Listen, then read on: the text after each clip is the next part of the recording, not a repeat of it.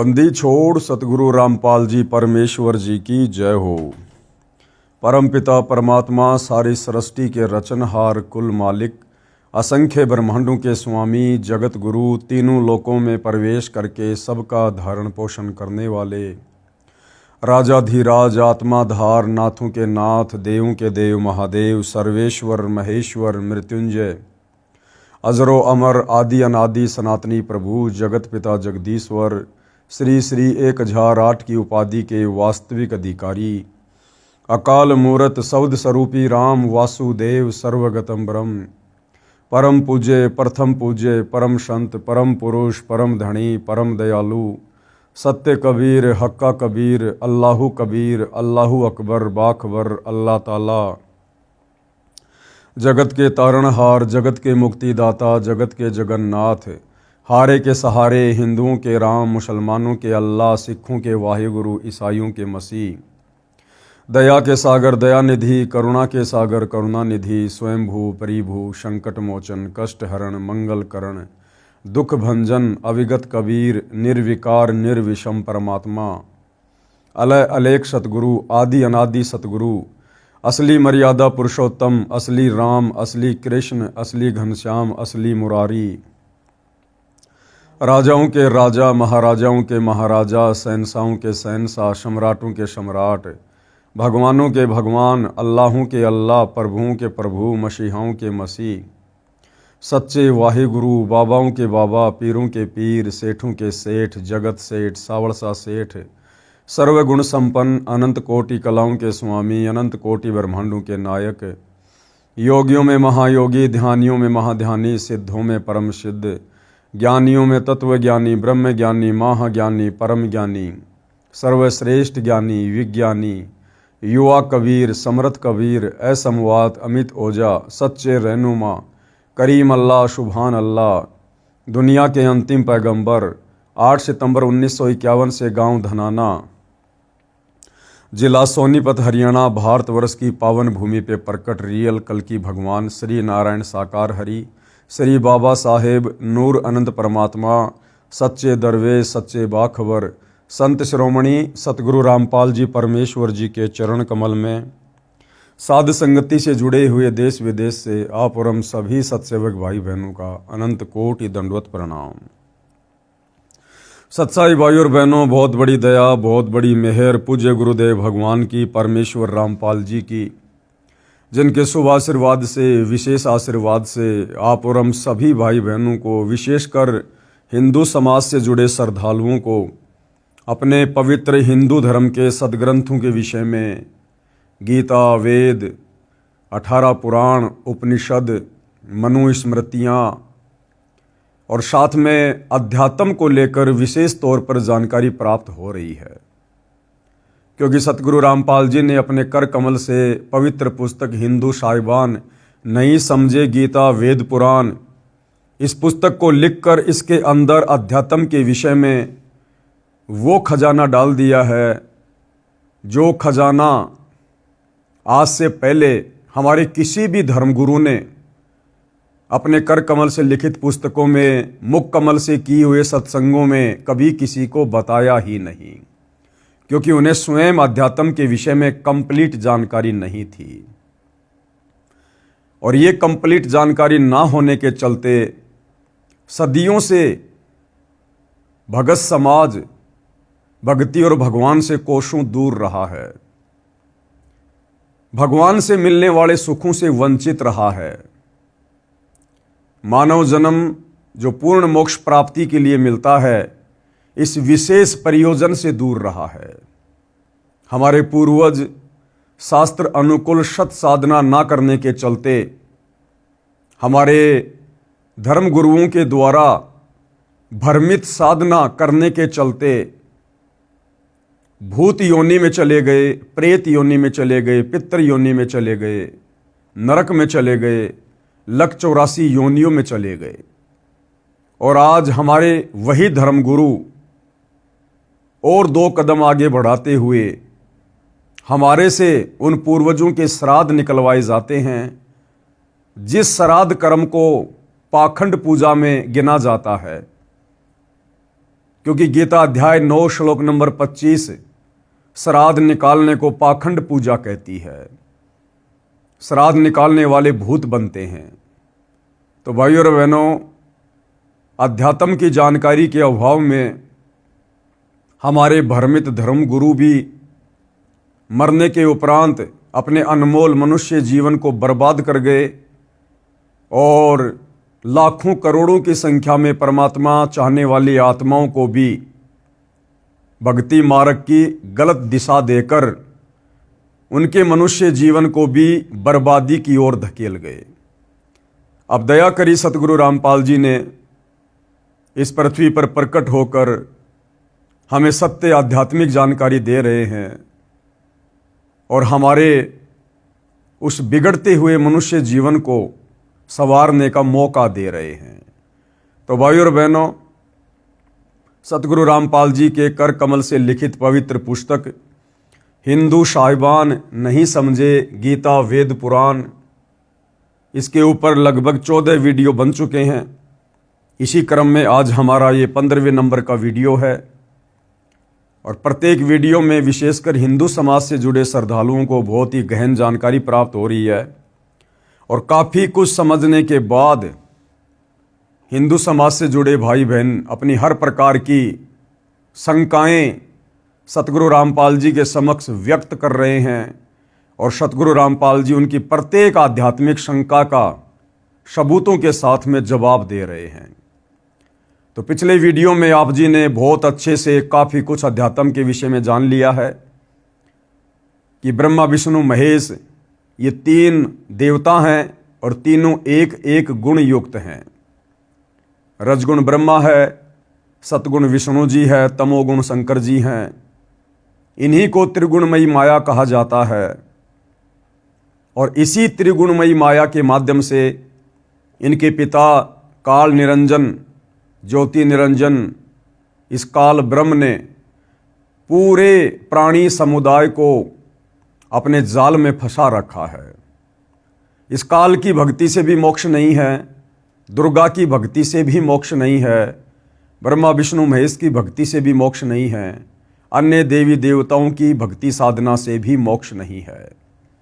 ना तीर्थों पर जाने से, ना धाम पूजा करने से, ना पिंड भरने से, ना पितरों की पूजा करने से, ना कावड़ लाने से, ना पैदल यात्रा करने से।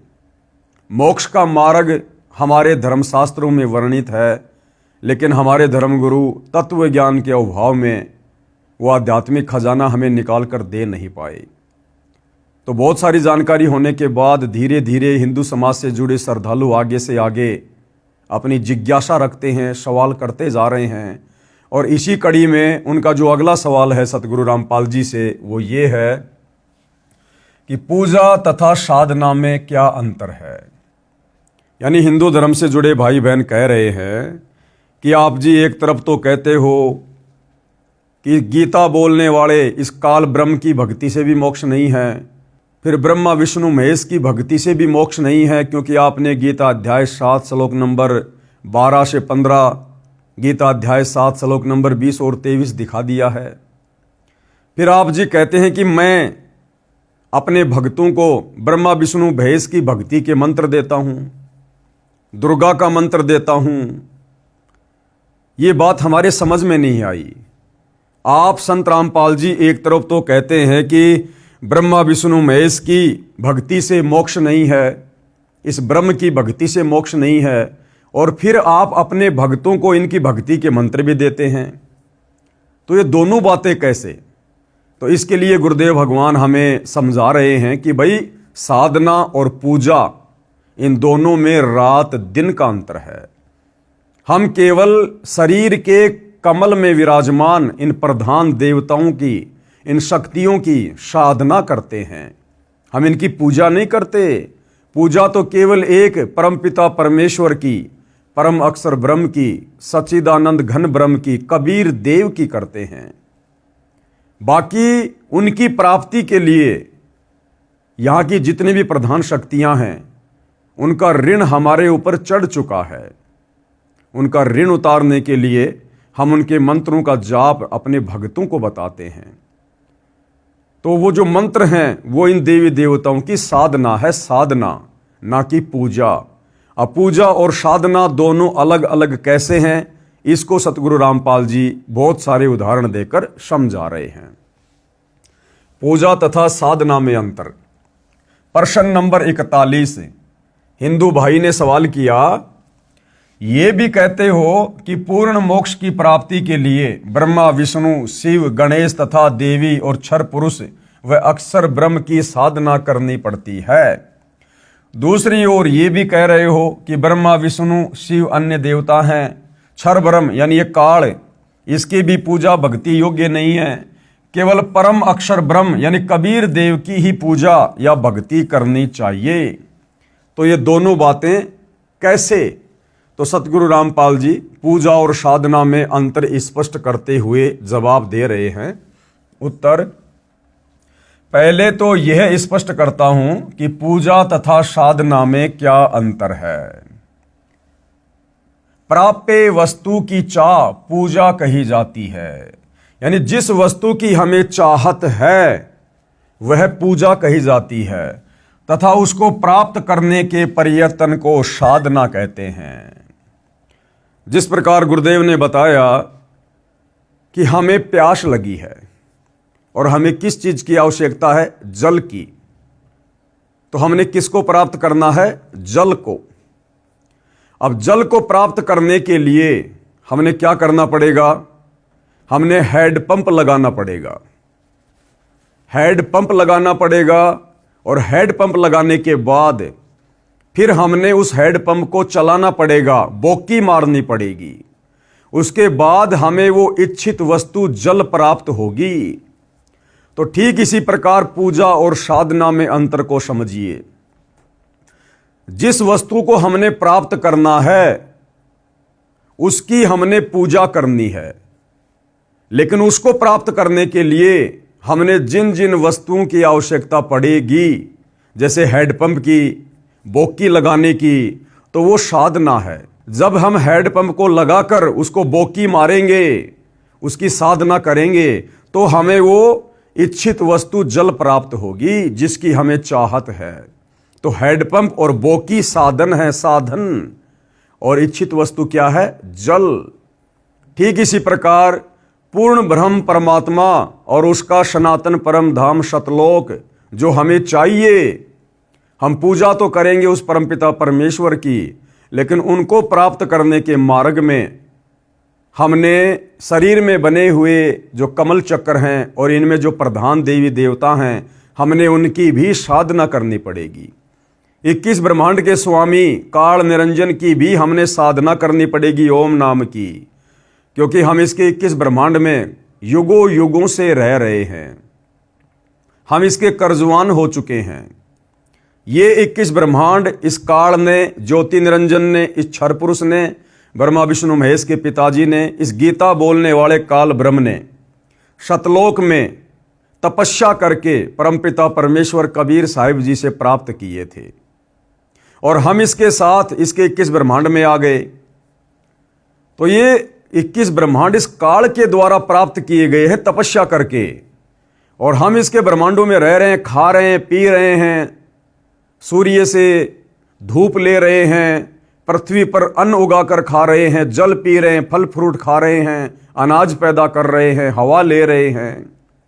तो हम सभी आत्माओं के ऊपर इस काल ब्रह्म का ऋण चढ़ा हुआ है, और जब तक हम इसका ऋण नहीं उतारेंगे तब तक ये हमें आगे जाने का रास्ता नहीं देगा, क्योंकि परमात्मा ने ये एक विधान बना रखा है। तो ओम नाम की हम इस काल ब्रह्म की साधना करेंगे, और इसका जो कर्जा हमारे ऊपर चढ़ा हुआ है हम इसको दे देंगे। ओम नाम की कमाई हम इसको समर्पित कर देंगे। उसके बाद ये काल अपने विधान अनुसार, जो इसने गीता अध्याय 18 श्लोक नंबर 66 में कहा है कि सर्वधर्मान परित्यज्य माम एकम शरणम व्रज अहम तवा सर्व पापे भी मोक्षयामि मा शुचि, कि अर्जुन जब तुझे वो तत्वदर्शी संत मिल जाए और तुझे सनातन परम धाम की भक्ति मिल जाए, उसके बाद तू मेरे ओम नाम की कमाई और मेरे स्तर के जितने भी धर्म यज्ञ हैं उनकी कमाई तू मुझे समर्पित कर देना। सर्व धर्मान परित्यज्य माम, मुझे दे देना और एकम शरणम व्रज, उस एक अद्वितीय परमात्मा की शरण में चले जाना, मैं तुझे ऋण मुक्त कर दूंगा। इसलिए भाई और बहनों, पूजा और साधना में अंतर होता है। तो चाहे इस ब्रह्म के ओम नाम का जाप हो, चाहे ब्रह्मा विष्णु महेश का जाप हो, चाहे दुर्गा जी का जाप हो, चाहे गणेश जी का जाप हो, जो सतगुरु रामपाल जी हमें नाम दीक्षा के समय देते हैं, हम केवल इन प्रधान देवी देवताओं की साधना कर रहे हैं, साधना, ना कि इनकी पूजा। पूजा तो हमने एकमात्र परमपिता परमेश्वर कबीर साहिब की करनी है, जो हमारा इष्ट है। तो गुरुदेव भगवान ने कितने अच्छे से समझाया है, जो प्राप्य वस्तु की चाह पूजा कही जाती है, यानी जिस चीज को हमने प्राप्त करना है उसकी चाहत पूजा कही जाती है। तो हमने प्राप्त करना है कबीर साहिब सतलोक, तथा उसको प्राप्त करने के प्रयत्न को साधना कहते हैं। उदाहरण, जैसे हमें जल प्राप्त करना है, ये हमारा प्राप्य है, हमने जल की चाह है। जल की प्राप्ति के लिए हैंडपंप लगाना पड़ेगा। हैंडपंप लगाने के लिए जो जो उपकरण प्रयोग किए जाएंगे, बोकी लगाई जाएगी, यह प्रयत्न है। इसी प्रकार परमेश्वर का वह परम पद प्राप्त करना हमारी चाहत है, यानी सतलोक प्राप्त करना, जहां जाने के पश्चात साधक लौटकर संसार में नहीं आता है। हमारा प्राप्य परमेश्वर तथा उनका सनातन परम धाम है। परमेश्वर कौन? कबीर साहिब। और उनका सनातन परम धाम क्या? सतलोक, जहां जाने के बाद साधक लौटकर संसार में वापस नहीं आता। अब उस परमेश्वर को और उसके सनातन परम धाम सतलोक को प्राप्त करने के लिए, उसको प्राप्त करने के लिए किया गया नाम जाप, हवन यज्ञ आदि आदि साधना है। उस साधना से पूज्य वस्तु परमात्मा प्राप्त होगा। यानी जब हमारी भक्ति कंप्लीट हो जाएगी तो हमें सतलोक में परमानेंट जगह मिल जाएगी और हमें वहां परमपिता परमेश्वर कबीर साहिब मिलेंगे। जैसे सवाल नंबर 13 के उत्तर में स्पष्ट किया है, वही सटीक उदाहरण है। उस पूर्ण मोक्ष के लिए 3 बार में दीक्षा क्रम पूरा करना होता है। दूसरा उदाहरण भाई और बहनों, जैसे हम अपने बच्चे को स्कूल भेजते हैं और हमारा टारगेट है कि हमने बच्चे को डॉक्टर बनाना है, डॉक्टर। तो चाहत क्या है? डॉक्टर बनने की। चाहत क्या है? वो नौकरी प्राप्त करने की। लेकिन डॉक्टर बनने के लिए, वो चाहत पूरी करने के लिए उस बच्चे ने स्कूल में जाना पड़ेगा, उसने पढ़ाई करनी पड़ेगी, उसने ट्यूशन करना पड़ेगा, उसने कोचिंग ज्वाइन करनी पड़ेगी। तो डॉक्टर बनने के लिए वो जो मेहनत कर रहा है, जो पढ़ाई लिखाई कर रहा है, वो साधना है। वो पढ़ाई लिखाई करना डॉक्टर बनने के लिए साधना है, साधना। उस साधना को किए बिना, उस पढ़ाई को किए बिना वो बच्चा डॉक्टर की नौकरी प्राप्त नहीं कर सकता, डिग्री प्राप्त नहीं कर सकता। तो ठीक इसी प्रकार हमने प्राप्त करना है सतलोक, और सतलोक का राजा परमपिता परमात्मा कबीर साहिब। लेकिन उस प्राप्ति के लिए हमने इस काल के 21 ब्रह्मांड की सभी प्रधान मुख्य शक्तियों की साधना करनी पड़ेगी। और सतलोक प्राप्त करने के लिए, पूर्ण मोक्ष के लिए 3 बार में दीक्षा क्रम पूरा करना होता है। 3 बार में सतगुरु रामपाल जी दीक्षा क्रम को पूरा करते हैं। और 3 बार में कौन कौन सी दीक्षा दी जाती है, किस प्रकार से दी जाती है, उसका विवरण सतगुरु रामपाल जी बता रहे हैं कि किन किन शक्तियों के मंत्र सतगुरु रामपाल जी 3 बार की दीक्षा में अपने अनुयायियों को देते हैं। सबसे पहला जो मंत्र है उसको कहते हैं प्रथम नाम दीक्षा। ब्रह्मा, विष्णु, शिव, गणेश और देवी के मंत्रों की साधना दी जाती है। यानी सतगुरु रामपाल जी अपने प्रत्येक भगत को, जब वो सतगुरु रामपाल जी के तत्व ज्ञान युक्त सत्संगों को सुनकर उनसे नाम उपदेश लेने की इच्छा करता है, तो सबसे पहले प्रथम नाम दीक्षा के अंतर्गत उस भगत को, उस साधक को, यहाँ की जो प्रधान शक्तियां हैं जो हमारे शरीर में बने इन कमल चक्रों में विराजमान है, श्री ब्रह्मा जी, श्री विष्णु जी, श्री शिव जी, श्री गणेश जी तथा देवी दुर्गा जी, इनके मंत्रों की साधना दी जाती है, हम सब इनके मंत्रों का जाप करते हैं। दूसरी बार में जो दीक्षा दी जाती है, दूसरी बार में क्षर ब्रह्म तथा अक्षर ब्रह्म के 2 अक्षर मंत्र जाप दिए जाते हैं। दूसरी बार में जो दीक्षा दी जाती है उसको शतनाम कहते हैं, शतनाम। तो जो शतनाम होता है उसमें 2 मंत्र होते हैं। एक मंत्र है 21 ब्रह्मांड के स्वामी, ये गीता बोलने वाला जो भगवान है काल ब्रह्म, ब्रह्मा विष्णु महेश का पिता, इस काल ब्रह्म का मंत्र है। और दूसरा मंत्र अक्षर पुरुष का है जिसके 7 संग ब्रह्मांड हैं, अर्थात गीता जी अध्याय 15 श्लोक नंबर 16 में 2 भगवान बताए गए हैं, 2 पुरुष बताए गए हैं, क्षर और अक्षर। तो क्षर पुरुष ये गीता का ज्ञान देने वाला काल ब्रह्म है और अक्षर पुरुष इससे ऊपर 7 संग ब्रह्मांडों का स्वामी है। तो इन दोनों भगवानों के मंत्र सतगुरु रामपाल जी दूसरी बार की नाम दीक्षा में देते हैं, जिसको शतनाम कहते हैं, जिसको संतों ने सतनाम कहा है। गीता अध्याय 17 श्लोक 23 में 3 नाम हैं, ओम तत् सत। तो जो ओम है ये इस काल ब्रह्म का है और ये जो ये तत् है ये अक्षर पुरुष का है।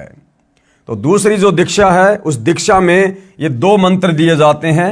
ओम तो सीधा सीधा इस काल का है और अक्षर पुरुष का भक्ति का जाप है तत्, जो केवल उपदेशी को ही बताए जाते हैं। इस सतनाम में 2 अक्षर होते हैं, एक ओम है, दूसरा तत् है। यह सांकेतिक है अर्थात गुप्त नाम है जो उपदेश के समय उपदेशी को ही बताया जाता है।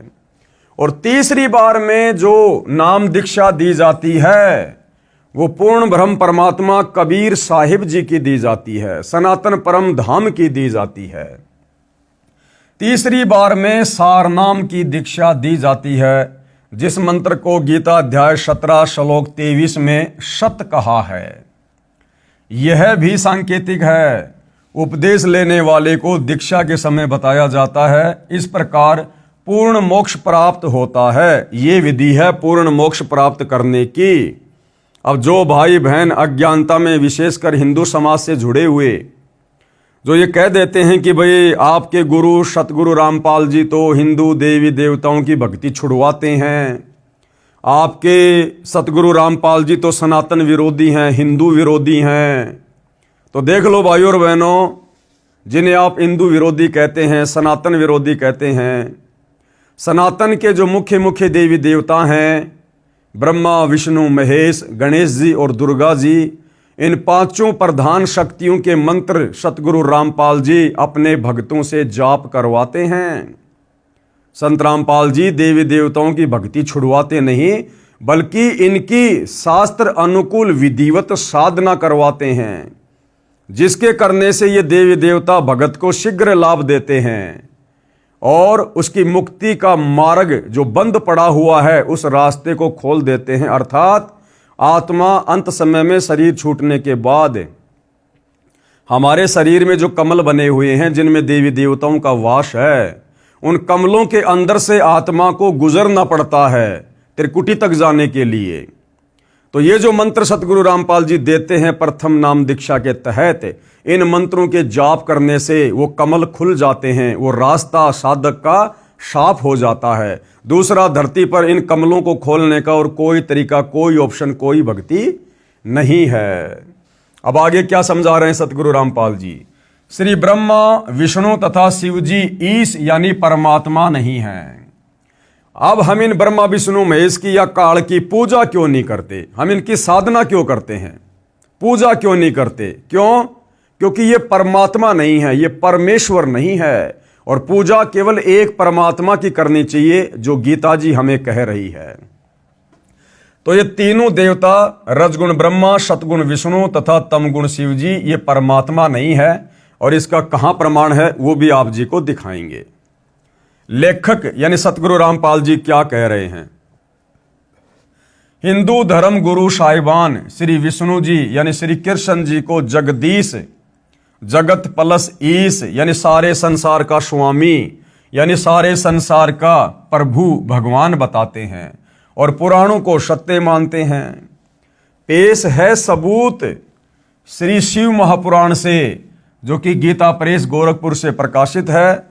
कि श्री विष्णु जी, श्री ब्रह्मा जी तथा श्री शिव जी ईश नहीं है, अर्थात ये भगवान नहीं है, ये परमात्मा नहीं है, ये जगदीश नहीं है। इनका जन्म मृत्यु होता है और इनका पिता काल ब्रह्म है। पेश है शिव महापुराण, गीता प्रेस गोरखपुर से प्रकाशित के विद्वेश्वर खंड के अध्याय 5 व 10 की फोटोकॉपी। संक्षिप्त शिव पुराण, ये गीता प्रेस गोरखपुर से प्रकाशित है। पहले भी आपको समझाया गया था कि एक समय ब्रह्मा जी और विष्णु जी का आपस में युद्ध हो गया था, क्योंकि ब्रह्मा जी विष्णु जी को कहने लगे कि मैं तेरा बाप हूं, मैं तेरा भगवान हूं, मैं तेरा स्वामी हूं, तू मेरे से उत्पन्न हुआ है। दूसरी तरफ विष्णु जी कहने लगे कि ब्रह्मा मैं तेरा बाप हूं, मैं तेरा स्वामी हूं। इस बात को लेकर हमारे दोनों भगवानों में आपस में बच्चों की तरह झगड़ा हो गया, युद्ध हो गया। अब इनके इस प्रकार युद्ध को देखते हुए इनका जो पिता है काल ब्रह्म, ज्योति निरंजन, गीता का ज्ञान देने वाला ब्रह्म, अब इतना तो आप भाई बहनों को पता हो गया इस पवित्र पुस्तक को पढ़कर कि ये काल ब्रह्म ये किसी के सामने अपने ओरिजिनल काल रूप में प्रकट नहीं होता। ये या तो अपने बेटे ब्रह्मा का रूप धारण करता है, या विष्णु का, या शंकर जी का, या अन्य कोई छलबल करता है। अब इस काल ब्रह्म ने देखा यदि मेरे बेटे आपस में इसी प्रकार लड़ते रहे, झगड़ते रहे, तो नीचे की सृष्टि कौन चलाएगा, मेरे लिए भोजन की व्यवस्था कैसे होगी।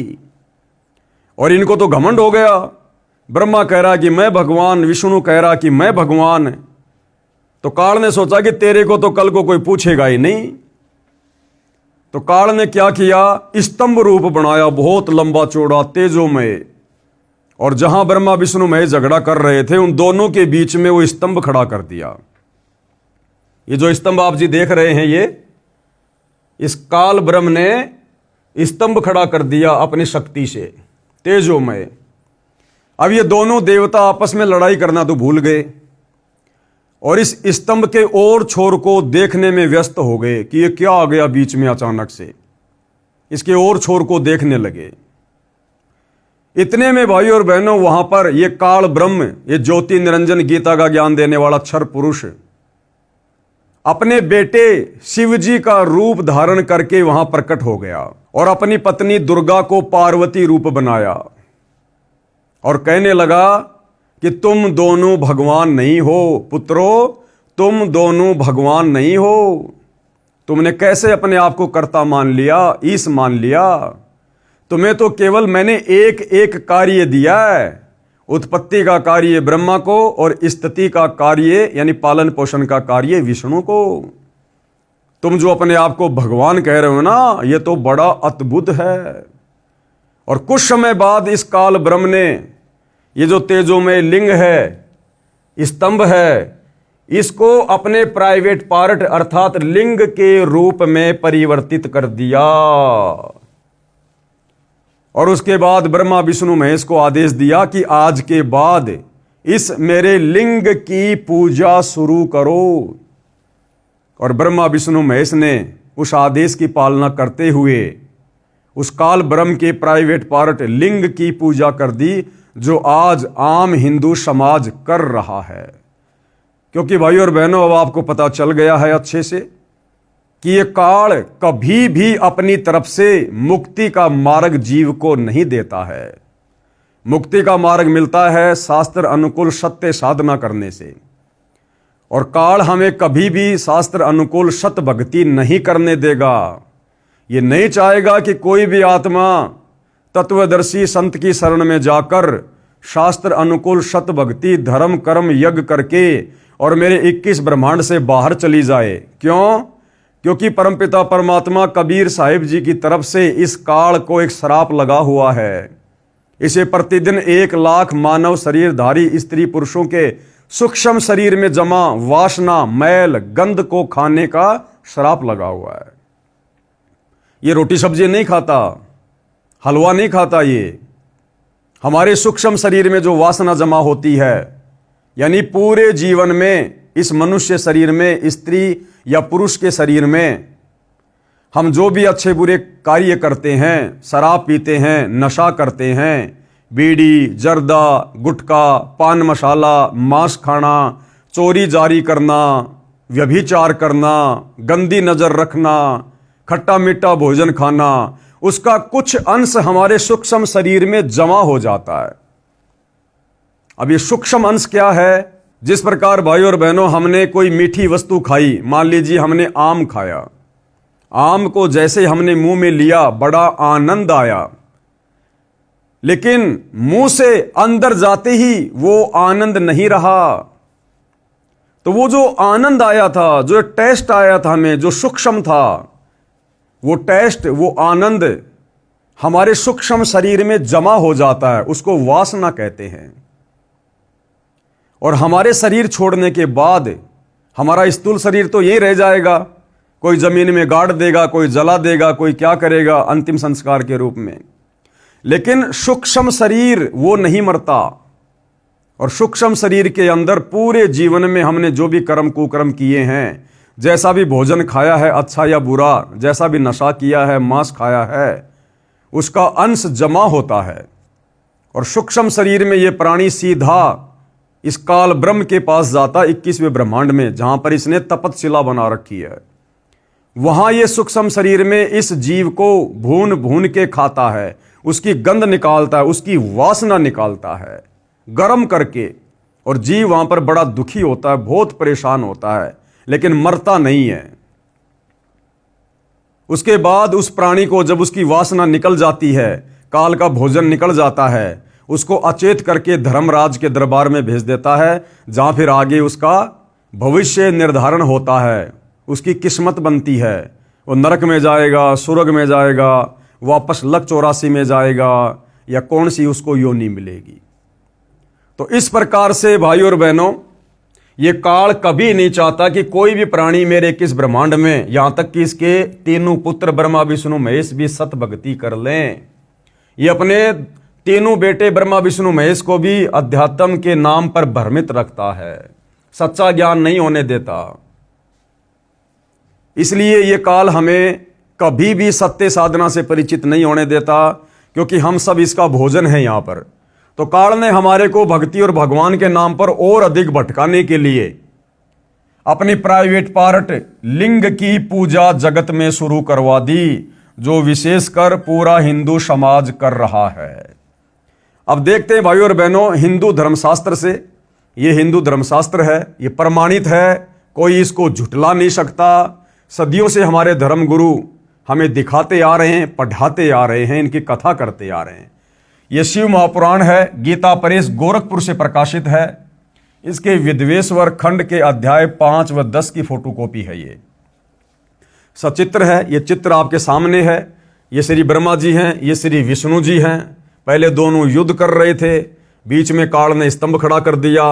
बाद में अपने बेटे शंकर के रूप में खुद प्रकट हो गया, अपनी पत्नी दुर्गा को पार्वती रूप बनाकर उसको प्रकट कर दिया, और फिर इस स्तंभ को अपने प्राइवेट पार्ट लिंग के रूप में चेंज कर दिया, और अपने दोनों बेटों को आज्ञा दी कि आज के बाद जगत में इस लिंग की पूजा करो। तो ब्रह्मा विष्णु महेश के माध्यम से फिर पूरे संसार में ये लिंग पूजा शुरू हो गई। ये आदि अधूरी छोटी घटिया ओछी साधना शुरू हो गई, क्योंकि काल नहीं चाहता कि कोई भी सत्य साधना करके यहां से बाहर निकल जाए। तो ये देखिएगा संक्षिप्त शिव पुराण। पुत्रों, ये काल ब्रह्म अपने बेटे शंकर का रूप धारण करके ब्रह्मा विष्णु महेश के पास आके क्या बोला? पुत्रों, तुम दोनों ने तपस्या करके प्रसन्न हुए मुझ परमेश्वर से सृष्टि और स्थिति नाम 2 ये कृत्य प्राप्त किए हैं। कि भाई ब्रह्मा और विष्णु क्या कह रहा है ये इन दोनों को? पुत्रों यानी बेटो, अर्थात बोलने वाला कौन हुआ? ब्रह्मा विष्णु महेश का पिता ये काल, कि आप दोनों ने मेरी तपस्या करके, मेरी भक्ति करके, और आपने 2 कार्य प्राप्त किए हैं। सृष्टि यानी सृष्टि की उत्पत्ति ब्रह्मा, और स्थिति यानी पालन पोषण करने का कार्य विष्णु। ये दोनों तुम्हें बहुत प्रिय हैं। इसी प्रकार मेरी विभूति स्वरूप रुद्र और महेश्वर में 2 अन्य उत्तम कृत्य संहार और तिरोभाव मुझसे प्राप्त किए हैं। अब देखना भाइयों और बहनों, ध्यान देना कि बोलने वाला कौन है। ये बोलने वाला काल है, ब्रह्मा विष्णु महेश का पिता। देखो, सबसे पहले इसने ब्रह्मा और विष्णु को कहा क्या? पुत्रों, तुम दोनों ने तपस्या करके, तुम दोनों ने यानी ब्रह्मा और विष्णु दो हो गए, तुम दोनों ने तपस्या करके मुझ प्रसन्न हुए परमेश्वर से सृष्टि और स्थिति नामक दो ये कृत्य यानी कार्य प्राप्त किए हैं। ये दोनों तुम्हें बहुत प्रिय हैं। इसी प्रकार मेरी विभूति स्वरूप रुद्र, रुद्र कौन? शंकर जी, ये 3 हो गए, और महेश्वर ये 4 हो गए। तो ये 5वां कौन है जो बोल रहा है? ये काल है, इनका पिता है, ये ब्रह्मा विष्णु महेश का पिता काल। परंतु अनुग्रह नामक जो कृत्य है दूसरा कोई नहीं पा सकता। रुद्र और महेश्वर अपने कर्म को भूले नहीं हैं, इसलिए मैंने उनके लिए अपनी समानता प्रदान की है। तो यहां पर साफ साफ आप जी ने देखा भाई और बहनों, आपके सामने है, वे रूप वेश कृत्य वाहन आसन और आयुध आदि में मेरे समान ही हैं। मैंने पूर्व काल में अपने स्वरूप भूत मंत्र का उपदेश किया है जो ओकार के रूप में प्रसिद्ध है। ओकार यानी ओम। और गीता अध्याय 8 श्लोक नंबर 13, ये गीता ज्ञान देने वाला काल ब्रह्म क्या कह रहा है कि मेरा तो एक ओम मंत्र है। ओम इति एक अक्षर ब्रह्म व्यवहारण माम अनुस्मरण ये पर्याति तजन देहम सयाति परमाम गतिम। और यहां पर भी ब्रह्मा विष्णु महेश के सामने शिव रूप बनाकर ये काल क्या बोल रहा है कि उपदेश किया है जो ओंकार के रूप में प्रसिद्ध है, यानी ओम के रूप में। वह महामंगलकारी मंत्र है। सबसे पहले मेरे मुख से ओंकार ओम प्रकट हुआ जो मेरे स्वरूप का बोध कराने वाला है। ओंकार वाचक है और मैं वाच्य हूं। यह मंत्र मेरा स्वरूप ही है। अर्थात ओम मंत्र किसका? काल का, ब्रह्म का। तो यहां पर आकर ब्रह्मा विष्णु महेश के बीच में ये कौन ज्ञान दे रहा है? इनका पिता काल ब्रह्म। प्रतिदिन ओंकार का यानी ओम का निरंतर सुमरण करने से मेरा ही सदा सुमरण होता है। मेरे उत्तरवर्ती मुख से अकार का, पश्चिम मुख से उकार का, दक्षिण मुख से मकार का, पूर्ववर्ती मुख से बिंदु का तथा मध्यवर्ती मुख से नाद का प्रकाट्य हुआ। इस प्रकार 5 अवयवों से युक्त ओंकार का विस्तार है। इन सभी अवयवों से एकीभूत होकर वह प्रणव ओम नामक एक अक्षर हो गया। ओम नामक एक अक्षर हो गया। अर्थात ये काल है, ब्रह्म है, जो अपने पुत्र शिव के रूप में ब्रह्मा और विष्णु के बीच में प्रकट हो गया। क्योंकि साफ साफ कह रहा है ये वह प्रणव ओम नामक एक अक्षर हो गया। और गीता अध्याय 8 श्लोक 13 में ये खुद कह रहा है कि मेरा एक ओम मंत्र है। अर्थात ब्रह्मा विष्णु महेश के पिता का नाम काल ब्रह्म है। ब्रह्मा विष्णु महेश के माता पिता हैं, दुर्गा इनकी माता है और पिता इनका ये काल ब्रह्म है। अर्थात ब्रह्मा विष्णु महेश का जन्म काल और दुर्गा के संयोग से, भोग विलास से, शारीरिक संबंध बनाने से, पति पत्नी कर्म करने से हुआ है। तो ब्रह्मा विष्णु महेश का तो जन्म हुआ है, और जो जन्मता और मरता है वो पूजा के योग्य नहीं होता, वो पूजा के योग्य नहीं होता है। इसलिए ब्रह्मा विष्णु महेश की पूजा नहीं की जाती। और ये ब्रह्मा विष्णु महेश ये परमात्मा नहीं है, ईश नहीं है। क्योंकि आपस में इसी बात को लेकर तो इनका युद्ध हो रहा था भाई। आपस में इसी बात को लेकर तो इन दोनों भाइयों की लड़ाई हो रही थी, ये ब्रह्मा जी ये विष्णु जी, कि मैं परमात्मा मैं परमात्मा। तो बीच में इनका पिता काल ब्रह्म आ गया शंकर जी का रूप बनाकर, और उसने क्लियर कर दिया कि तुम्हारे को तो मैंने ड्यूटी दे रखी है, एक एक कार्य दे रखा है। ये जो ब्रह्मा जी है ये काम करेगा सृष्टि का यानी उत्पत्ति का, और विष्णु तेरे को कार्य दे रखा मैंने पालन पोषण करने का। तुम परमात्मा नहीं हो, तुम भगवान नहीं हो। ये क्लियर है भाई और बहनों आप जियों के सामने। अब जब ब्रह्मा विष्णु महेश भगवान नहीं है, परमात्मा नहीं है, तो इनकी पूजा भी नहीं हो सकती है। कृपया पढ़ें प्रमाण के लिए शिव महापुराण श्री वेंकटेश्वर प्रेस मुंबई से प्रकाशित, जिसमें संस्कृत यानी मूल पाठ भी लिखा है, साथ में हिंदी अनुवाद भी किया है। इसके विद्वेश्वर संहिता खंड के अध्याय 5 व 10 की फोटोकॉपी इसी पुस्तक के पेज नंबर 150 पर है, जो हम पहले पढ़ चुके हैं। अब सवाल नंबर है 42। हम चारों वेदों ऋग्वेद, यजुर्वेद, सामवेद तथा अथर्ववेद, श्रीमद् भगवत गीता, 18 पुराणों, महाभारत ग्रंथ तथा श्रीमद् भगवत सुधा सागर को सत्य शास्त्र मानते हैं। यानी पूरा हिंदू समाज इन पवित्र ग्रंथों को तो सत्य मानता ही मानता है। इन्हीं सदग्रंथों को आधार मानकर ज्ञान बताते हैं तथा साधना बताते हैं। श्री कृष्ण उर्फ श्री विष्णु, श्री शिवजी, श्री देवी दुर्गा की पूजा करने को कहते हैं।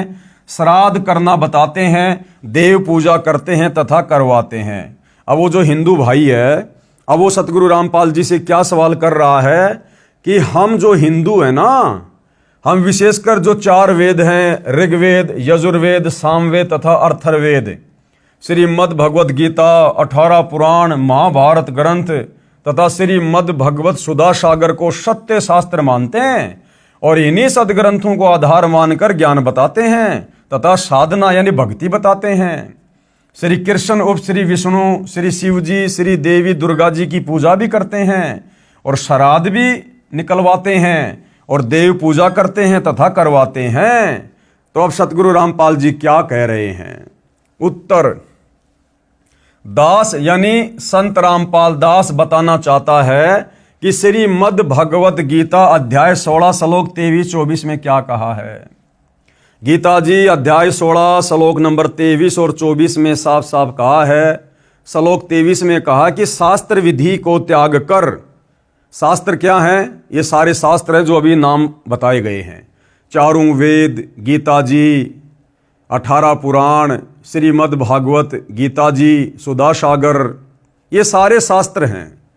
तो गुरुदेव भगवान कह रहे हैं कि गीता क्या कह रही है, गीता बोलने वाला काल ब्रह्म क्या कह रहा है अध्याय 16 श्लोक 23 में कि अर्जुन, शास्त्र विधि को त्याग कर, यानी इन तमाम प्रकार के सदग्रंथों में जिस भक्ति करने का आदेश है उस भक्ति को त्याग कर जो मनमानी भक्ति करते हैं, मनमाना आचरण करते हैं, मनमाने मंत्रों का जाप करते हैं, कहते हैं उनको ना कोई सिद्धि प्राप्त होती है, ना कोई रिद्धि प्राप्त होती है और ना ही मरने के बाद उनकी गति अर्थात मोक्ष होता है।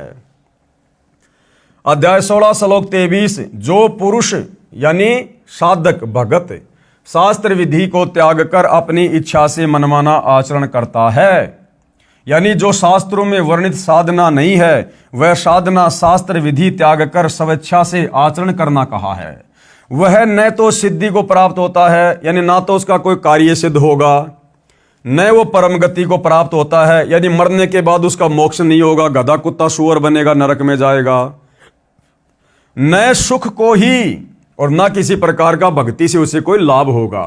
अब सबूत के लिए पढ़िए गीता अध्याय 16 श्लोक 23 की फोटोकॉपी इसी पुस्तक के पेज नंबर 86 पर, जो कि आपको कई बार पहले दिखा दी है। अब अध्याय 16 श्लोक 24 क्या कह रहा है? अब गीता जी का अध्याय 16 श्लोक 24 क्या कह रहा है कि हे अर्जुन, इससे तेरे लिए कर्तव्य यानी जो भक्ति साधना करनी चाहिए और अकर्तव्य यानी जो भक्ति साधना नहीं करनी चाहिए उसके लिए शास्त्र ही प्रमाण है।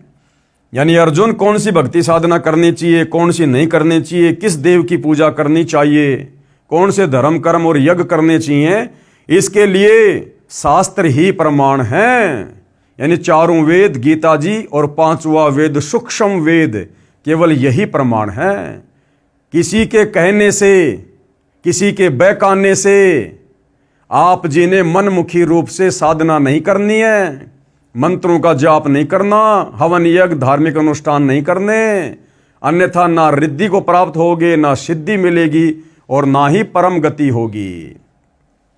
ऐसा जानकर तू शास्त्र विधि से नियत कर्म कर, यानी शास्त्रों में जो भक्ति कर्म करने के लिए आदेश है वही कर, यानी शास्त्रों में जो नहीं लिखा है वह न कर, जो शास्त्रों में वर्णित है यानी लिखा है वही साधना कर। पढ़िए प्रमाण के लिए गीता अध्याय 16 श्लोक 24 की फोटोकॉपी इसी पुस्तक के पेज नंबर 87 पर, जो कि पहले हम पढ़ चुके हैं। अब आगे क्या कहा जा रहा है भाई और बहनों, ध्यान पूर्वक सुनिएगा, क्योंकि विशेषकर हिंदू समाज भाई और बहनों भ्रमित धर्म गुरुओं के कारण सदियों से भ्रमित है। सत्य साधना कभी हमारे को सुंघाई भी नहीं गई, कभी दिखाई भी नहीं गई हमारे को, क्योंकि हमारे नादान धर्मगुरुओं को स्वयं ज्ञान नहीं था और हमारे अंदर सदियों से अज्ञान ठोक दिया गया है। शास्त्र विरुद्ध साधना करवा करवा कर हमें अज्ञानी बना दिया गया है। अब सतगुरु रामपाल जी यानी वह तत्वदर्शी संत प्रमाण दिखा दिखा के, सबूत दिखा दिखा के अपने ही पवित्र धर्मशास्त्रों से हमें जगा रहे हैं, बता रहे हैं।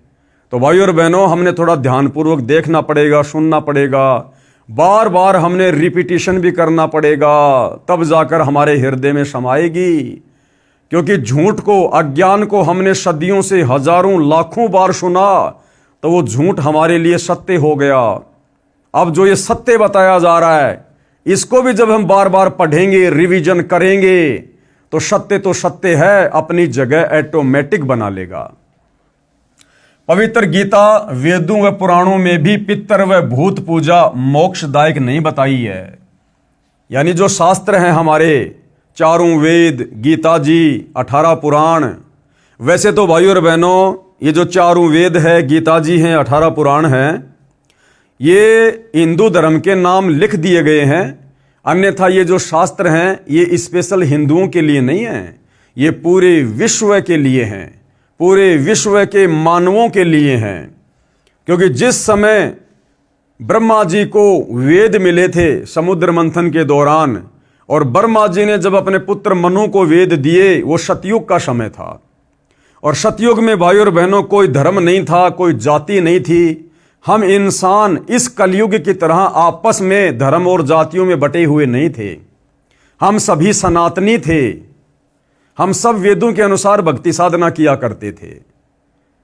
उसके बाद जब द्वापर युग के अंत में, यानी कलयुग शुरू होने से लगभग 100 वर्ष पहले, जब महाभारत के मैदान में युद्ध के दौरान श्री कृष्ण जी में प्रेत की तरह प्रवेश करके इस काल ब्रह्म ने ये गीता जी का ज्ञान बोला, तो उस समय भी भाई और बहनों धरती पर अलग से कोई धर्म नहीं था, कोई जातियां नहीं थी, हम सब इंसान थे, मानव थे। तो ये जो ज्ञान है चारों वेदों का और गीता जी का, ये पूरे विश्व के मानव समाज के लिए है। लेकिन हिंदुओं के नाम पर विशेष तौर पर ये ग्रंथ लिख दिए गए, इसलिए बार बार कहना पड़ रहा है कि हिंदू भाई बहन विशेष तौर पर ध्यान दें कि पवित्र गीता वेदों व पुराणों में भी पितर व भूत पूजा मोक्षदायक नहीं बताई है। अब बताओ, यदि हम वेदों की बात भी नहीं मानेंगे, गीता जी की बात भी नहीं मानेंगे, पुराणों की बात भी नहीं मानेंगे, तो भला फिर हमारी मुक्ति होगी कैसे? फिर कैसे हम भक्ति कर पाएंगे? तो ये जितने भी शास्त्र हैं ये भक्ति के आधार हैं। अगर इनके अनुसार हम भक्ति साधना करेंगे तो हम अध्यात्म में सफलता की ओर आगे बढ़ेंगे। इसका प्रमाण दे रहे हैं गुरुदेव। हिंदू श्रद्धालु श्राद्ध करते तथा करवाते हैं, जबकि गीता अध्याय 9 श्लोक 25 में कहा है कि जो पितरों की पूजा करते हैं वे पितरों को प्राप्त होंगे, यानी वो पितरलोक में चले जाएंगे, यानी पितर योनि प्राप्त करके पितरलोक में चले जाएंगे, मोक्ष नहीं होगा। जो भूत पूजते हैं वे भूतों को प्राप्त होंगे, यानी भूत बनेंगे। श्राद्ध करना पितर पूजा तथा भूत पूजा है। 13वीं क्रिया करना, बरसी क्रिया करना, शमशान घाट से शेष बची हड्डियों के अवशेष उठाकर गंगा में प्रवाह करना, वह पुरोहितों से प्रवाह करवाना, आदि आदि सब पितर तथा भूत पूजा है, जिससे मोक्ष नहीं बल्कि दुर्गति प्राप्त होती है। जिसके जिम्मेदार श्री कृष्ण जी के वकील जी हैं। श्री कृष्ण जी के वकील जी कौन? जो धर्म गुरु श्री कृष्ण जी को ही परमात्मा मानकर खुद भी शास्त्रों के विरुद्ध भक्ति कर रहे हैं और समाज से भी भक्ति करवा रहे हैं। तो इसके जिम्मेदार कौन है? हमारे धर्म गुरु, जो श्री कृष्ण उर्फ श्री विष्णु जी को ही परमात्मा बताते हैं। और ये भी कहते हैं कि श्राद्ध कर्म तो भगवान रामचंद्र जी ने वनवास के दौरान अपने पिता श्री दशरथ जी का भी किया था कि भैया श्राद्ध तो निकालना चाहिए, क्योंकि वनवास के दौरान श्री रामचंद्र जी ने भी अपने पिता दशरथ के श्राद्ध निकाले थे। सीता जी ने अपने हाथों से भोजन बनाया था। जब ब्राह्मण श्राद्ध का भोजन खा रहे थे, उसी पंक्ति में सीता जी ने अपने ससुर दशरथ जी को भोजन खाते आंखों देखा। सीता ने घूंघट निकाला और श्री रामचंद्र को बताया, दशरथ जी स्वर्ग से श्राद्ध खाने आए थे, इसलिए श्राद्ध कर्म करना चाहिए। ये हमारे धर्मगुरु कहते हैं। अब विचार करो भाई और बहनों, एक तरफ तो कहते हैं कि रामचंद्र जी के पिता दशरथ जी मरने के बाद में स्वर्ग चले गए थे और फिर स्वर्ग से श्राद्ध खाने के लिए धरती पर आए थे। अब विचार करो भाई और बहनों, फिर वो काहे का स्वर्ग है जिसमें भोजन भी खाने को नहीं मिलता? उस स्वर्गवासी को भोजन करने के लिए भी नीचे धरती पर आना पड़ा। तो भाई और बहनों, इससे क्या सिद्ध होता है कि श्री रामचंद्र जी के पिता दशरथ जी ने शास्त्र अनुकूल साधना नहीं की। उनके धर्म गुरुओं ने उनको शास्त्रों के अनुसार साधना नहीं करवाई, जिसके चलते दशरथ जी को स्वर्ग भी प्राप्त नहीं हुआ। वो पितर योनि में चले गए, पितर योनि में भूत, वो भूत बने और उसके बाद श्राद्ध का भोजन खाने के लिए वो नीचे धरती पर आए जब रामचंद्र जी ने दशरथ जी के श्राद्ध निकाले थे वनवास के समय। अगर वो स्वर्ग में होते तो क्या स्वर्ग में भोजन नहीं मिलता? फिर काहे का स्वर्ग है वो जिसको भोजन खाने के लिए भी धरती पर आना पड़ रहा है? तो भाई और बहनों, ये उल्टी साधना सतयुग से चली हुई है, सतयुग से। जब आप जी पहले की वीडियो देखेंगे, इस पुस्तक को पढ़ेंगे तो आपको पता चलेगा कि सतयुग की शुरुआत में 1,00,000 वर्ष तक सत्य साधना हुआ करती थी शास्त्रों के अनुसार। उसके बाद से यानी ऋषभ देव जी के बाद से ये सत्य साधना धीरे धीरे लुप्त होती चली गई।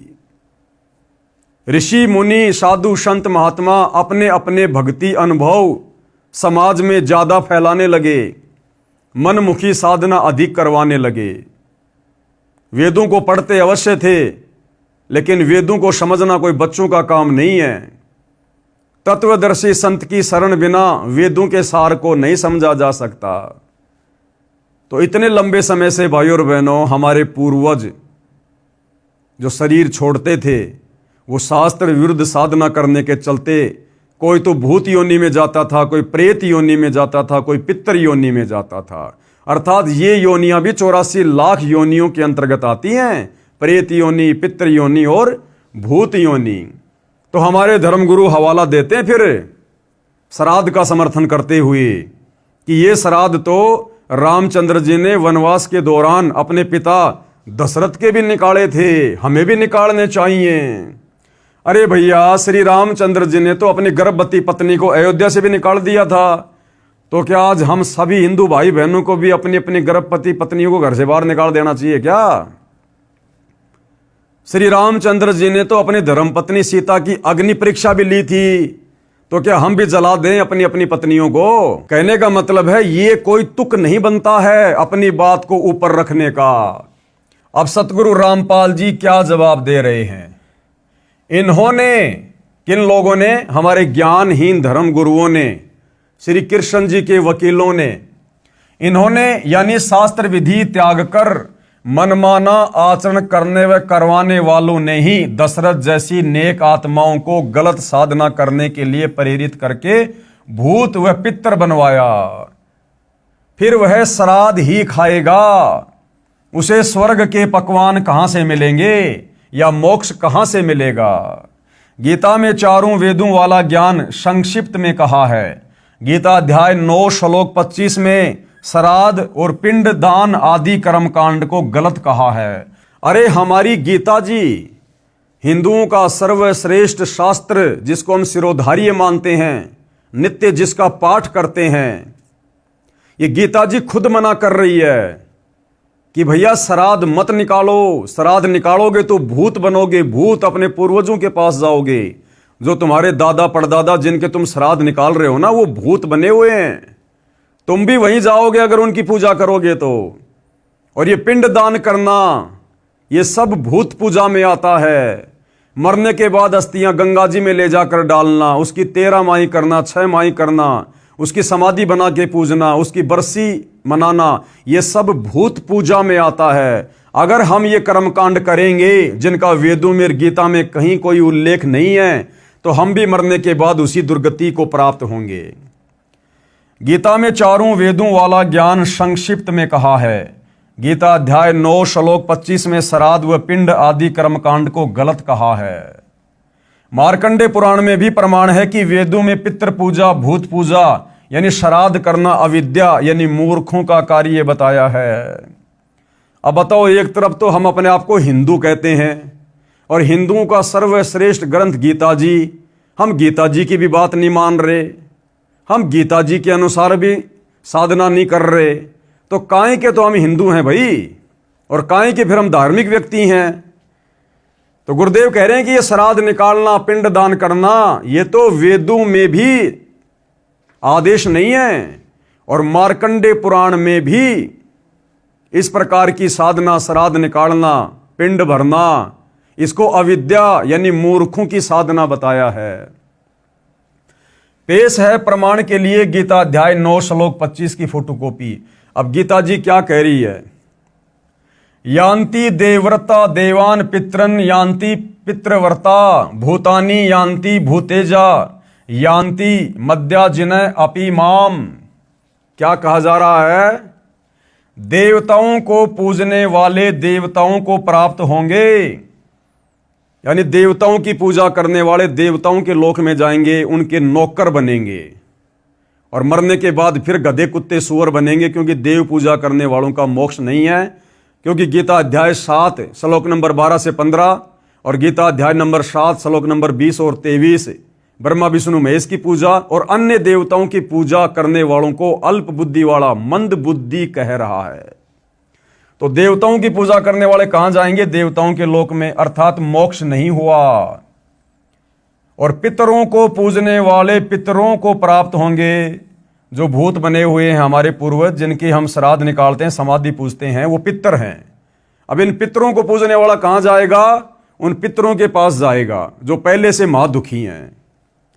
और भूतों को पूजने वाले भूतों को प्राप्त होंगे। भूत पूजा क्या है? श्राद्ध निकालना, ये भूत पूजा है, क्योंकि हमारे पूर्वज शास्त्र अनुकूल भक्ति साधना के अभाव में भूत बन गए, और हम यदि उनके श्राद्ध निकालेंगे तो वो भूत पूजा कहलाती है। अगर हम श्राद्ध निकालेंगे तो मरने के बाद फिर हम उन्हीं के पास जाएंगे, हमारे पूर्वजों के पास, जो भूत योनि में हैं, पहले से महादुखी हैं। और मेरा पूजन करने वाला भगत मुझको ही प्राप्त होता है। और ये काल ब्रह्म, गीता का ज्ञान देने वाला ब्रह्म कह रहा है कि मेरी काल ब्रह्म की भक्ति करने वाला मुझे प्राप्त होगा। तो ये कहाँ रहता है? ये ब्रह्मलोक में रहता है। और गीता अध्याय 8 श्लोक 16 में खुद कह रहा है कि ब्रह्मलोक में गया हुआ साधक भी पुनरावृत्ति में है, अर्थात मेरे ब्रह्मलोक में जाकर भी वापस जन्म मरण में आना पड़ेगा। यह अनुवाद श्री जयदयाल गोविंदका जी का किया हुआ है, गीता प्रेस गोरखपुर से प्रकाशित है। इसमें लिखा है कि इसलिए मेरे भक्तों का पुनर्जन्म नहीं होता। लास्ट में यहां पर क्या लिखा हुआ है? इसलिए मेरे भक्तों का पुनर्जन्म नहीं होता। कौन कहता? ये काल। लेकिन ये काल ऐसा नहीं कह रहा कि मेरे भक्तों का पुनर्जन्म नहीं होता। ये काल तो सीधा सीधा अध्याय 8 श्लोक नंबर 16 में कह रहा है कि ब्रह्मलोक में गया हुआ साधक भी जन्म मरण में है, पुनरावृत्ति में है। और यहां भी ये नहीं कह रहा इसलिए मेरे भक्तों का पुनर्जन्म नहीं होता। यहां पर भाइयों और बहनों अनुवादकर्ता की गलती है, अनुवादकर्ता की। कैसे? यह अनुवाद श्री जयदयाल गोविंदका जी का किया हुआ गीता प्रेस गोरखपुर से प्रकाशित है। इसमें लिखा है कि इसलिए मेरे भक्तों का पुनर्जन्म नहीं होता। यह गलत लिखा है। ये जो लिखा हुआ ना, ये गलत है। प्रथम तो मूल पाठ में ऐसा कोई शब्द नहीं है जिसका अर्थ यह बनता हो, यानी ये जो मूल पाठ है, जो ये संस्कृत है, इसमें कहीं भी ऐसा कोई शब्द नहीं है जिसका अर्थ ये निकलता हो कि इसलिए मेरे भक्तों का पुनर्जन्म नहीं होता। ये अनुवादकर्ता का मनमुखी अनुवाद है। दूसरे गीता ज्ञान देने वाले ने, यानी इस ब्रह्म ने, गीता अध्याय 2 श्लोक 12 में, गीता अध्याय 4 श्लोक 5 में और गीता अध्याय 10 श्लोक 2 में स्पष्ट किया है कि मेरा पुनर्जन्म होता है। भाई जब इस काल का खुद का पुनर्जन्म होता है, ये खुद जन्म और मृत्यु में है, तो भला ये फिर यहां कैसे कहेगा कि मेरे भक्तों का पुनर्जन्म नहीं होता? जब ये भगवान ब्रह्म खुद जन्म और मरण में है, पुनर्जन्म में है, तो यहां फिर ये क्यों कहेगा कि इसलिए मेरे भक्तों का पुनर्जन्म नहीं होता? तो यहां पर ये अनुवादकर्ता की अपनी मनमुखी सोच है जो अनुवाद इसने किया है। ये तो बार बार जन्मता और मरता है। जब गीता ज्ञानदाता स्वयं जन्मता मरता है तो पुजारी का जन्म मरण कैसे समाप्त हो सकता है? श्री कृष्ण के वकील साहिबानों, यानी कृष्ण जी को पूर्ण परमात्मा मानने वाले धर्मगुरुओं, हिंदू धर्मगुरुओं ने जनता को झूठा ज्ञान बताकर भ्रमित कर रखा है, अनमोल मानव जन्म बर्बाद करवा रहे हैं। इसके बाद भाई और बहनों 7वां अध्याय है, पवित्र पुस्तक हिंदू साहिबान नहीं समझे गीता वेद पुराण। श्राद्ध पिंडदान गीता अनुसार कैसा है? यानी श्राद्ध निकालना, पिंडदान करना, ये सब कुछ करने का आदेश गीता जी में है या नहीं है? तो इसके विषय में बताया जा रहा है। आप यानी श्री कृष्ण जी के वकील, यानी श्री कृष्ण जी को पूर्ण परमात्मा मानने वाले धर्मगुरु श्राद्ध व पिंडदान करते तथा करवाते हो। गीता अध्याय 9 श्लोक 25 में स्पष्ट किया है कि भूत पूजने वाले भूतों को प्राप्त होंगे। श्राद्ध करना, पिंडदान करना ये भूत पूजा है, ये व्यर्थ साधना है। पुराणों में कुछ वेद ज्ञान है, यानी पुराणों में कुछ वेद ज्ञान है, जिस आधार से पुराणों में भी ये लिखा हुआ है कि ये पिंडदान करना, श्राद्ध निकालना ये भूतों की पूजा है जो भगत ने नहीं करनी चाहिए। अब ये श्राद्ध और पिंडदान के विषय में भाई और बहनों एक रुचि ऋषि की कथा है जो कि श्री मार्कंडेय पुराण में लिखी हुई है। इस कथा को जब हम पढ़ेंगे तो बिल्कुल स्पष्ट हो जाएगा, क्लियर हो जाएगा कि हमारे चारों पवित्र वेदों में ये श्राद्ध निकालना, पिंडदान भरना, भूत पूजा करना, इसको मूर्खों की भक्ति कहा है, अविद्या कहा है इसको। श्राद्ध पिंडदान के प्रति रुचि ऋषि का वेदांत। मार्कंडेय पुराण में रोचे ऋषि के जन्म की कथा आती है। एक रुचि ऋषि था, वह ब्रह्मचर्य का पालन करते हुए, यानी उसने शादी नहीं करवाई, ब्रह्मचर्य का पालन करते हुए वेदों अनुसार साधना करता था, विवाह नहीं करवाया था। रुचि ऋषि के पिता, दादा, परदादा तथा तीसरे दादा सब पितर यानी भूत योनि में भूखे प्यासे भटक रहे थे।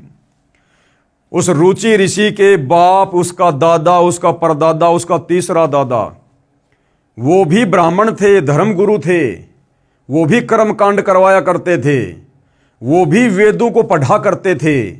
लेकिन वेदों को पढ़ने के बावजूद तत्व ज्ञान के अभाव में वे खुद वेदों के विरुद्ध साधना किया करते थे, जिस कारण से शरीर छोड़ने के बाद रुचि ऋषि के पूर्वज भूत योनि में चले गए, उनकी मुक्ति नहीं हुई। एक दिन उन चारों ने रुचि ऋषि को दर्शन दिए तथा कहा कि बेटा, आपने विवाह क्यों नहीं किया?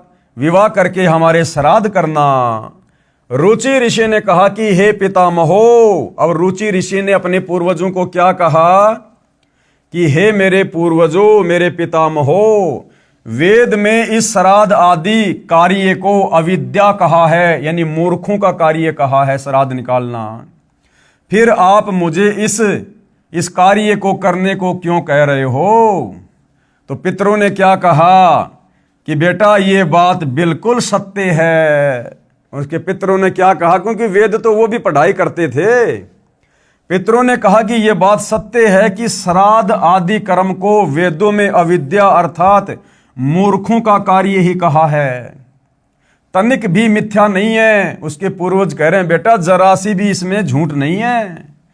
पितरों ने यह भी कहा कि बेटा तुम जिस मार्ग पर चल रहे हो, यानी तुम जो वेदों के अनुसार भक्ति साधना कर रहे हो ना, यह है मोक्ष का मार्ग है, यानी तेरी गति हो जाएगी, तेरी मुक्ति हो जाएगी। अब विचार करो भाई और बहनों, विचार करो। रुचि ऋषि के पूर्वज सब ब्राह्मण यानी ऋषि थे, वेद पढ़ते थे, कर्मकांड वेद विरुद्ध करते थे, लेकिन भक्ति साधना वेदों के विपरीत किया करते थे, जिस कारण से प्रेत योनि में गिरे।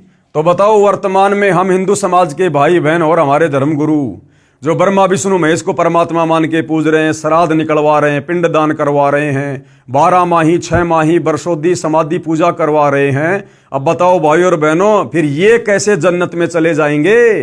अर्थात इस काल ने भ्रमित करके यहां सबकी दुर्गति करवा रखी है, धर्म के मानने वालों की भी और हमारे धर्म गुरुओं की भी, जिस कारण से प्रेत योनि में गिरे।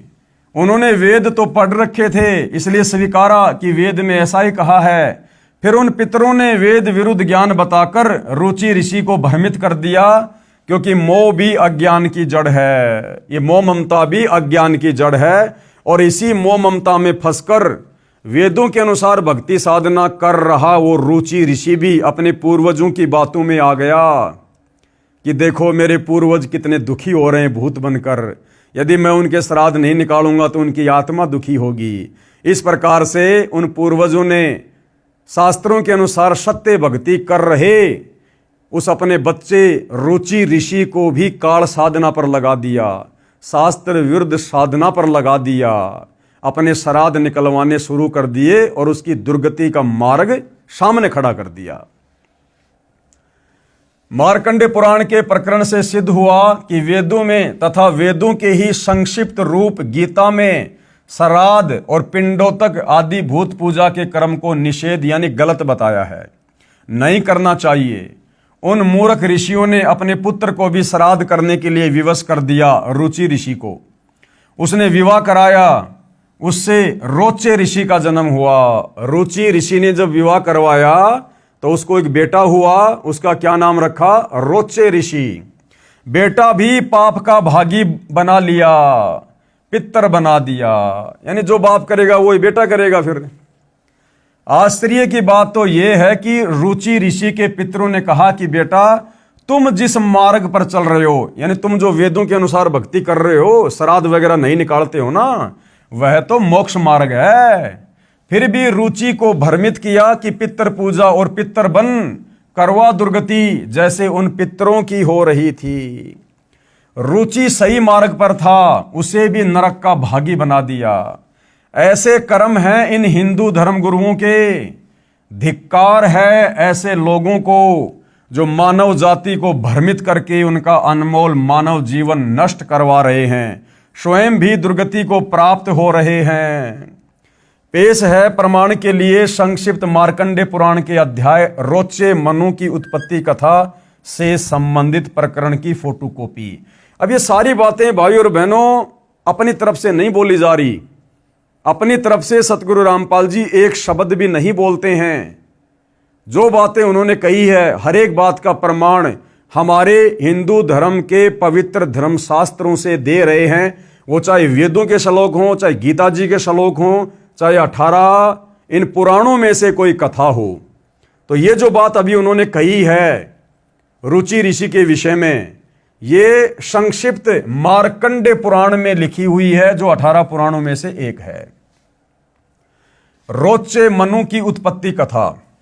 अब देखिएगा, मार्कंडे जी कहते हैं ब्रह्मन पूर्व काल की बात है, प्रजापति रुचि ममता और अहंकार से रहित इस पृथ्वी पर विचरते थे। उन्हें किसी से भय नहीं था, वे बहुत कम सोते थे। उन्होंने न तो अग्नि की स्थापना की थी और न ही अपने लिए घर ही बना रखा था। वे एक बार भोजन करते और बिना आश्रम के ही रहते थे। उन्हें सब प्रकार की आसक्ति से रहित एवं मुनिवर्ती से रहते देख उनके पितरों ने उनसे कहा, उस रुचि ऋषि को वेदों के अनुसार सत साधना करते हुए देखकर उसके उन भूत बने हुए उन पूर्वजों ने, उन पितरों ने क्या कहा? पितर बोले, बेटा विवाह स्वर्ग और अपवर्ग का हेतु होने के कारण एक पुण्य कर्म कार्य है, उसे तुमने क्यों नहीं किया? गृहस्थ पुरुष यानी शादीशुदा व्यक्ति समस्त देवताओं, पितरों, ऋषियों और अतिथियों की पूजा करके पुण्यमय लोकों को प्राप्त करता है। अरे नादानो, फिर तुमने क्यों नहीं प्राप्त किए वो पुण्यमय लोक? तुम भी तो वही साधना किया करते थे देवी देवताओं की, फिर तुम्हें वो पुण्यमय लोक प्राप्त क्यों नहीं हुए? तुम क्यों भूत बने हुए फिर रहे हो? वह स्वाहा के उच्चारण से देवताओं को, सवधा के शब्दों से पितरों को तथा अन्नदान आदि से भूत आदि प्राणियों एवं अतिथियों को उनका भाग समर्पित करता है।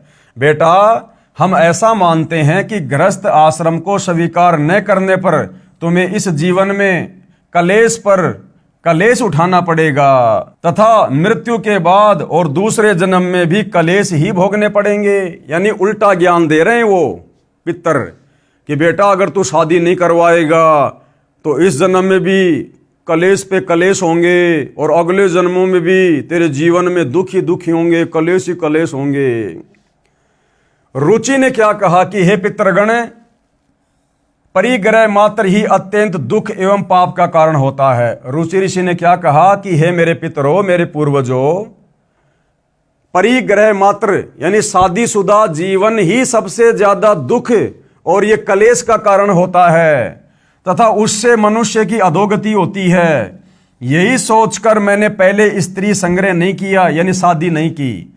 मन और इंद्रियों को नियंत्रण में रखकर जो यह आत्म संयम किया जाता है वह भी परिग्रह करने पर मोक्ष का साधन नहीं होता। ममता रूप कीचड़ में सना हुआ होने पर भी यह आत्मा को परिग्रह शून्य चित्त रूपी जल से प्रतिदिन धोया जाता है। वह श्रेष्ठ प्रयत्न है। जितेंद्रिय विद्वानों को चाहिए कि वे अनेक जन्मों द्वारा संचित कर्म रूपी पड़ में सने हुए आत्मा का सदा सना रूपी जल से प्रक्षालन करें। पितर बोले, बेटा, जितेंद्रिय होकर आत्मा का प्रक्षालन करना उचित ही है, किंतु तुम जिस पर चल रहे हो वह मोक्ष का मार्ग है। उस रुचि ऋषि के पितर क्या कह रहे हैं कि बेटा, जिस मार्ग पर तुम चल रहे हो ना वह मोक्ष मार्ग है। ये है वो रुचि ऋषि और ये है उसके वो पूर्वज जो शास्त्रों के विरुद्ध साधना करके भूत बने हुए हैं। तो ये क्या कह रहे हैं सारे के सारे रुचि ऋषि को कि बेटा, जिस मार्ग पर तुम चल रहे हो ना, जो वेदों के अनुसार साधना कर रहे हो, ये तो मोक्ष मार्ग है, वह मोक्ष मार्ग है। किंतु फलेच्छा रहित दान और शुभाशुभ के उपभोग से भी पूर्वकृत अशुभ कर्म दूर होता है। इसी प्रकार दया भाव से प्रेरित होकर जो कर्म किया जाता है वह बंधन कारक नहीं होता। फल कामना से सहित कर्म भी बंधन में नहीं डालता। पूर्व जन्म में किया हुआ मानवों का शुभाशुभ कर्म सुख दुखमय भोगों के रूप में प्रतिदिन भोगने पर ही क्षीण होता है। इस प्रकार विद्वान पुरुष आत्मा का प्रक्षालन करते हैं और उनकी बंधनों से रक्षा करते हैं। ऐसा करने से वह अविवेक के कारण पाप रूपी कीचड़ में नहीं फंसता। रुचि ने पूछा, पितामहो, वेद में कर्म मार्ग को अविद्या कहा है, फिर क्यों आप लोग मुझे उस मार्ग में लगाते हैं? अब रुचि ऋषि क्या कह रहा है कि हे पितामहो, वेद में जो एक कर्म कांड है इसको अविद्या कहा है, मूर्खों की भक्ति साधना कहा है, फिर आप क्यों मुझे उस मार्ग में लगा रहे हो? क्योंकि भाइयों और बहनों, ये भूत बने हुए हैं, ये भूखे मर रहे हैं, भूखे कष्ट में है ये। अब ये किसी भी प्रकार से बहला के फुसला के इस आत्मा से अपने श्राद्ध निकलवाएंगे ताकि इनका भाग इनको मिल सके और थोड़े बहुत ये संतुष्ट हो सकें। भाड़ में जाए, इसकी मुक्ति, इसका मोक्ष, इनको भूत योनि से राहत चाहिए। इसलिए किसी भी प्रकार से इन्होंने रुचि ऋषि को उल्टा सीधा कहकर मोह ममता के जाल में फांसकर भ्रमित कर दिया। क्या कहा जा रहा है? पितर बोले, ये सत्य है कि कर्म को अविद्या ही कहा गया है। यानी जो कर्म कांड हैं, जो भक्ति विरुद्ध जो कर्म है, उनको वेदों में अविद्या यानी मूर्खों की पूजा कहा है।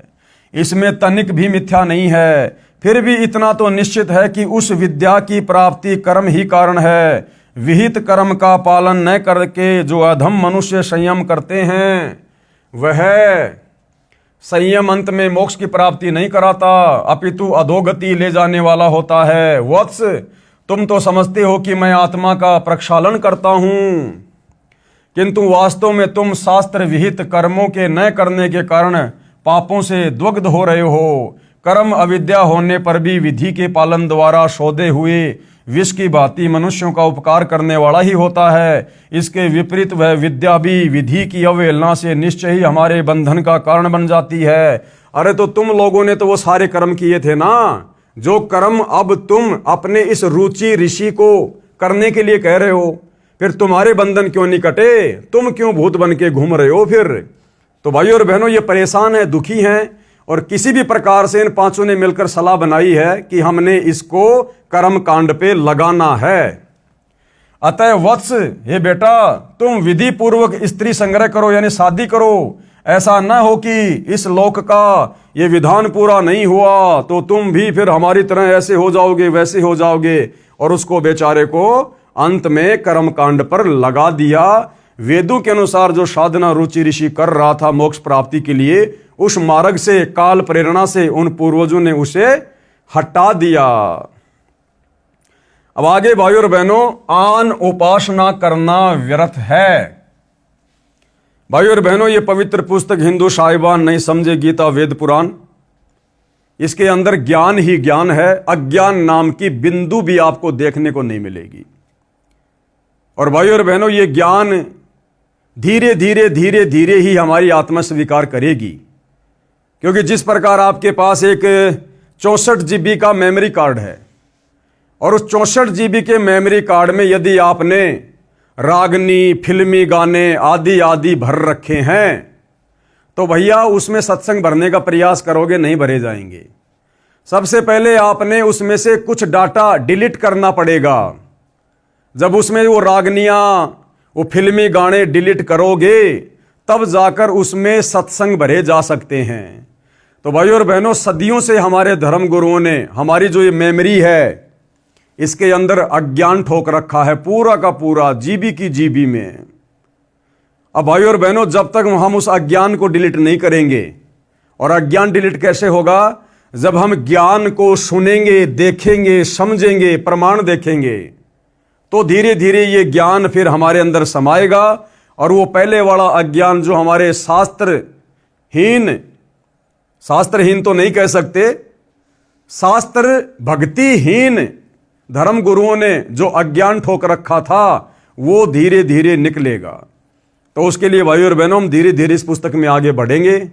आप भी जब भी आपको समय मिले, आप जी यूट्यूब पर संत रामपाल जी के सत्संग अवश्य सुनिए। आधा घंटा, 1 घंटा, 10 मिनट, 15 मिनट, एक बार शुरुआत कीजिए। धीरे धीरे जब आपकी आत्मा जागृत होगी, आत्मा का अज्ञान उतरेगा, आत्मा अज्ञान वाली नींद से जागेगी, धीरे धीरे आत्मा को फिर आनंद आएगा, सत्य को सुनना चाहेगी, स्वीकार करना चाहेगी। और भाइयों और बहनों, इसी विधि से हमारी बात बनेगी। अन्यथा ये मनुष्य जन्म आप और हमारा आधे से ज़्यादा समाप्त हो चुका है, इसके अगले क्षण का पता नहीं है। और यदि हमने इस सत्य साधना के अभाव में ये शरीर छोड़ दिया, तो भाइयों और बहनों, हमारी भी दुर्गति होगी। हम भी भूत बनेंगे, पितृ बनेंगे, प्रेत योनि में जाएंगे, लक 84 में जाएंगे, नरक में जाएंगे। क्योंकि आप और हम भी, जब से हमने मनुष्य जन्म प्राप्त किया, होश संभाला है, आप और हमने भी वही साधना की है देखा देखी में, जैसे कि हमारे पूर्वज कर रहे थे, हमारे ज्ञानहीन धर्म गुरु हमसे करवा रहे थे। हम वही भूत पूजा करते आ रहे हैं, भैरव भूत हनुमंत की पूजा करते आ रहे हैं, शास्त्र विरुद्ध साधना करते आ रहे हैं, ब्रह्मा विष्णु महेश की साधना करते आ रहे हैं, जिसको करने के लिए गीता जी ने साफ साफ मना किया है। तो भाइयों और बहनों, यदि समय रहते हमने सत्य साधना को स्वीकार नहीं किया, तो आप और हमारी भी दुर्गति दरवाजे पर तैयार है। इसलिए आज वर्तमान में मौका है। सतगुरु रामपाल जी स्वयं तत्वदर्शी संत हैं, सत्य साधना लेकर धरती पर प्रकट हैं। फायदा उठाया जा सके तो उठा लीजिएगा, बाद में पछतावे के अलावा कुछ भी हाथ नहीं लगेगा। तो भाइयों और बहनों, आज के इस एपिसोड में केवल इतना ही। कल परमेश्वर जी के आशीर्वाद से फिर सेवा में हाजिर होंगे। तब तक गुरुदेव भगवान हम सबको आज्ञा दे, आशीर्वाद दे, हमारा मार्गदर्शन करे। बंदी छोड़ सतगुरु रामपाल जी भगवान की जय हो।